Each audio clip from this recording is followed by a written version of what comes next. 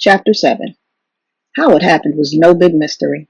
Like all students, Beatrice the bear lived in the vicinity of her school bus stop. Roy likely had ridden right past her front door, and when Beatrice had spotted him, she'd simply tailed him to the golf course. "That's my bike," he said to her. "Yeah, it is. Can I have it back?" "Maybe later," she said. "Hop on." "What?" "The handlebars, you dork. Get on the handlebars. We're going for a ride."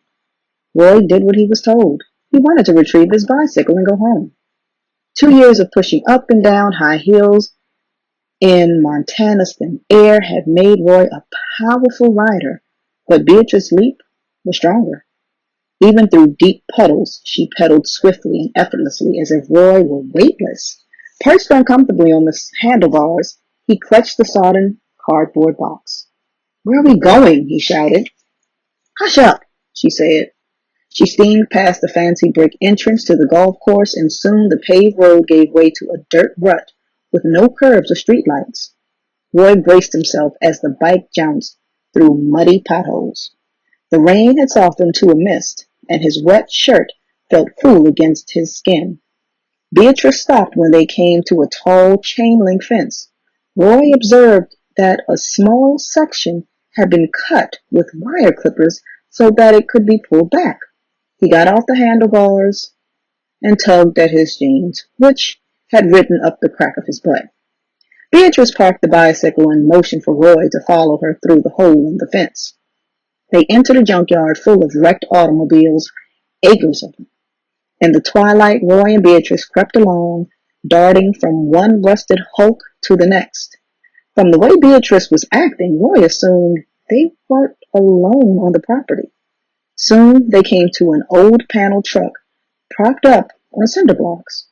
Roy could barely make out the faded red lettering on its battered awning. JoJo's Ice Cream and Snow Cones. Beatrice Leap stepped up into the cab, pulling Roy behind her. She led him through a narrow doorway into the back, which was cluttered with crates, boxes, and heaps of clothes. Roy noticed a sleeping bag rolled up in a corner. When Beatrice closed the door, they were in total darkness. Roy couldn't see his own fingers in front of his face. He heard Beatrice's voice. "Let me have your box." "No," Roy said. "Eberhard, aren't you fond of your front teeth?" "I'm not afraid of you," Roy lied. It was stuffy and humid inside the old ice cream truck. Mosquitoes hummed in Roy's ears, and he slapped at them blindly. He smelled something that seemed out of place, something oddly familiar. Cookies? The truck smelled like freshly baked peanut butter cookies, the kind Roy's mother made. The piercing beam of a flashlight caught him squarely in the eyes, and he turned away. "For the last time," Beatrice said menacingly, "what's in that shoebox?" "Shoes," said Roy. "I'm so sure." "Honest." She snatched the box from his hands and flipped it open, aiming the flashlight at the contents. "I told you," Roy said. Beatrice huffed. "Why are you carrying around an extra pair of sneakers? It's really weird, cowgirl." "The shoes aren't for me," Roy said. "They were almost brand new. He'd only worn them a couple of times." "Then who were they for?"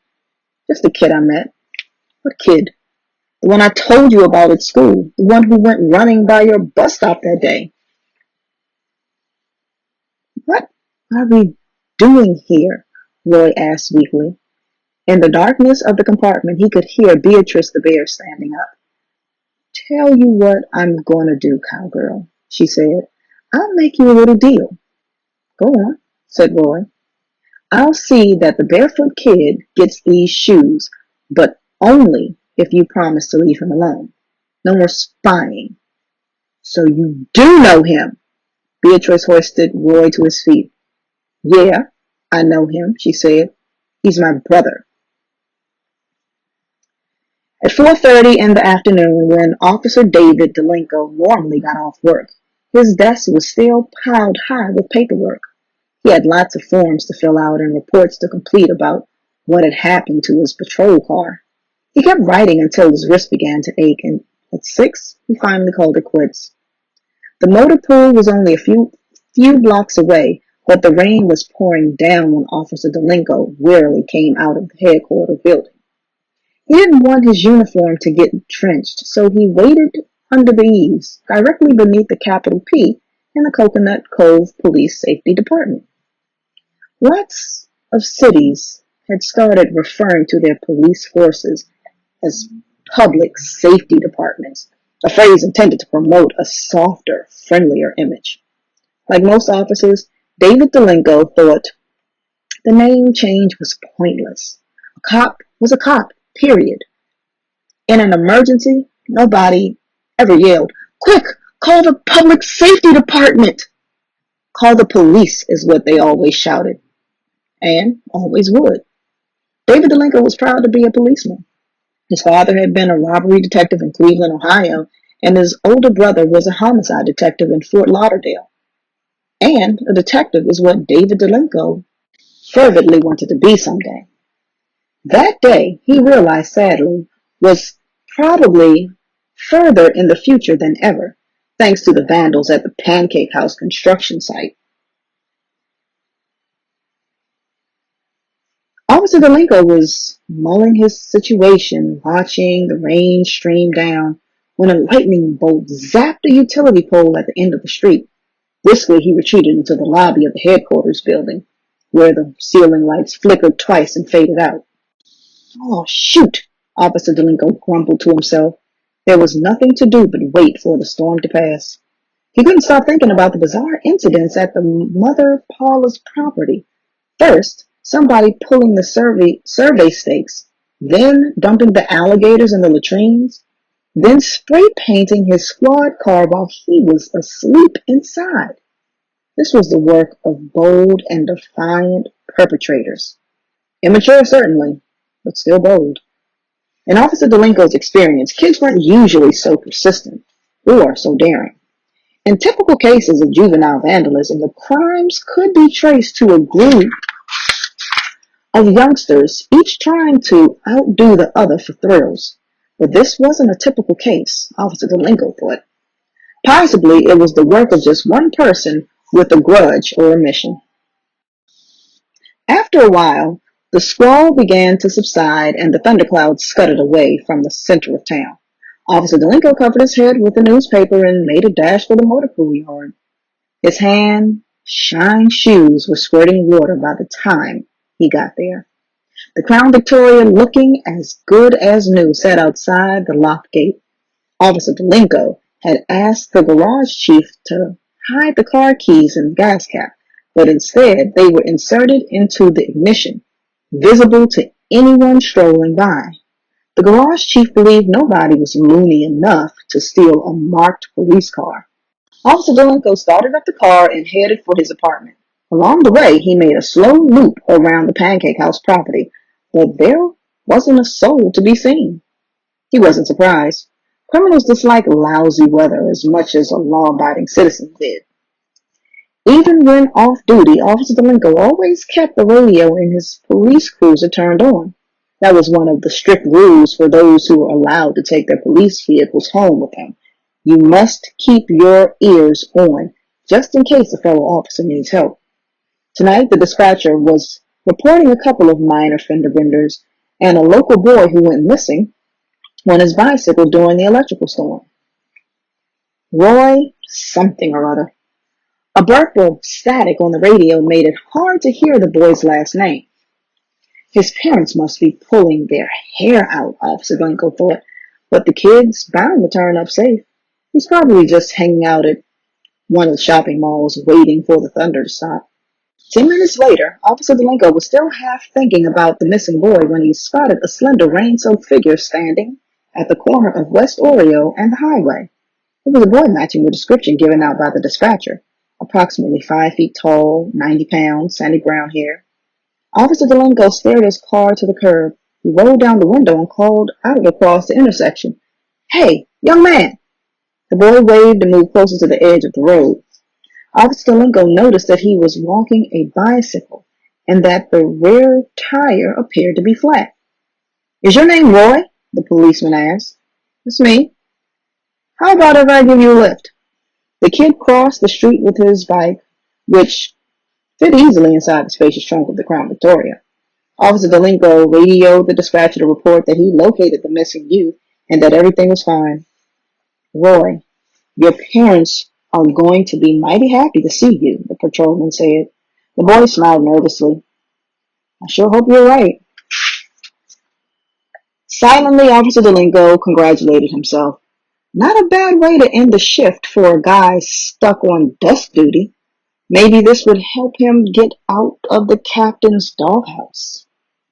Roy had never been in a police car before. He rode in the front seat next to the young officer who did most of the talking.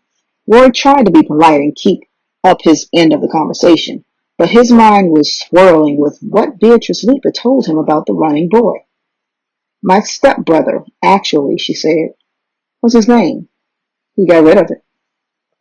Why do they call him Mullet Fingers? Is he an Indian? Back in Bozeman, Roy had gone to school with a boy named Charlie Three Crows. Beatrice Leap had laughed. No, he's not an Indian. I call him Mullet Fingers because he can catch mullet with his bare hands. You know how hard that is? A mullet was a slippery, free-jumping bait fish that traveled in schools of hundreds. The bay near Coconut Cove was full of them in the spring. Throwing a cast net was the customary method of capture. Why doesn't he live at home? Roy had asked Beatrice. Long story. Plus, none of your business. What about school? My brother got shipped off to a special school. He lasted 2 whole days before he ran away. Then he hitchhiked back all the way from Mobile, Alabama. What about your parents? They don't know he's here, and I'm not going to tell them. Nobody is going to tell them. You understand? Roy had solemnly given his word. After they sneaked out of the auto junkyard, Beatrice Leap had given Roy a peanut butter cookie, which he gobbled hungrily. Considering the circumstances, it was the best tasting cookie he'd ever eaten. Beatrice had asked how he planned to explain his whereabouts to his mother and father, and Roy had admitted he hadn't figured that part out yet. Then Beatrice had performed an astounding feat. She lifted his bike by the sprockets and chomped a hole in the rear tire, like she was biting into a pizza. Roy could only gape in amazement. The girl had jaws like a wolverine.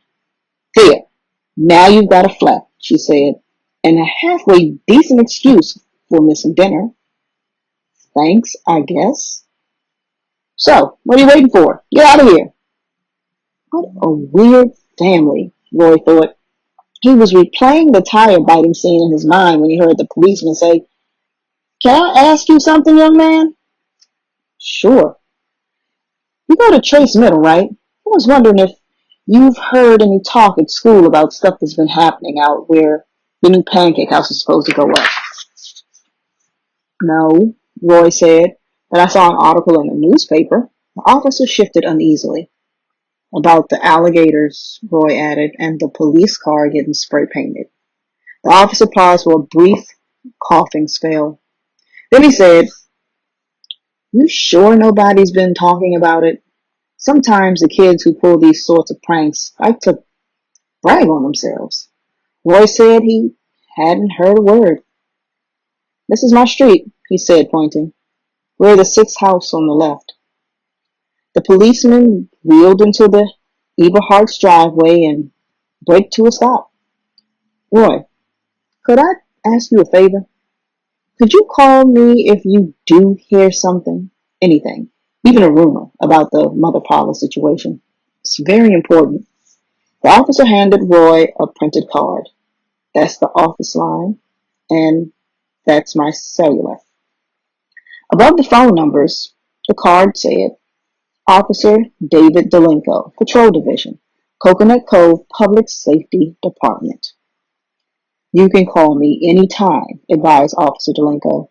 Just keep your eyes and your ears open, okay? Right, Roy said, not too eagerly. The policeman was asking him to be an informant, a snitch on his own classmates. It seemed like a steep price to pay for a ride home. Not that Roy wasn't appreciative, but he didn't feel like he owed the officer anything besides a sincere thank you. Wasn't it part of a policeman's job to help people? Roy got out of the car and waved to his parents, who were standing on the front steps. Officer Delinko removed Roy's bicycle from the trunk and set it upright on its kickstand. "There you go," he said. "Thanks," said Roy. "They'll patch the tire for you at Exxon." "Was it a nail that got you?" Something like that. Roy's father came up and thanked the policeman for bringing his son home. Roy overheard the two men exchanging law enforcement chit-chat, so Roy figured his father had told the officer he worked for the Justice Department. When Mr. Eberhard went to put Roy's bicycle in the garage, Officer Delinko lowered his voice and said, "Hey, young man." "What now?" Roy thought. "Think your dad would mind writing a letter to the police chief? Or even to my sergeant? No biggie, just a nice note about what happened tonight. Something they could put in my permanent file." Officer Delinko said, "The little things help. They really do. They add up." Roy nodded in a non-committal way. "I'll ask him." "Terrific. You're a solid young fellow." Officer Delinko got back in his car. Mrs. Eberhart, who had gone inside to get a towel, came up and pumped the patrolman's hand. "We were worried out our minds. Thank you so much." "Oh, it was nothing." Officer Delinko shot a wink at Roy. "You've restored my faith in the police," Roy's mother went on. "Honestly, I didn't know what to think after reading that outrageous story in the paper. The one about the policeman who had his windows painted black." It was Roy's impression that Officer Delinko suddenly looked queasy. "You all have a good night," he told the Eberhards and turned the key in the ignition. "Do you happen to know that fellow?" Roy's mother asked innocently. "The one who fell asleep inside the car. What's going to happen to him? Will he be fired?" With a screech of rubber, Officer Delinko backed out of the driveway and drove off. "Maybe there was an emergency," Mrs. Eberhard said, watching the patrol car's tail lights disappear into the night. "Yeah," said Roy, smiling. "Maybe so."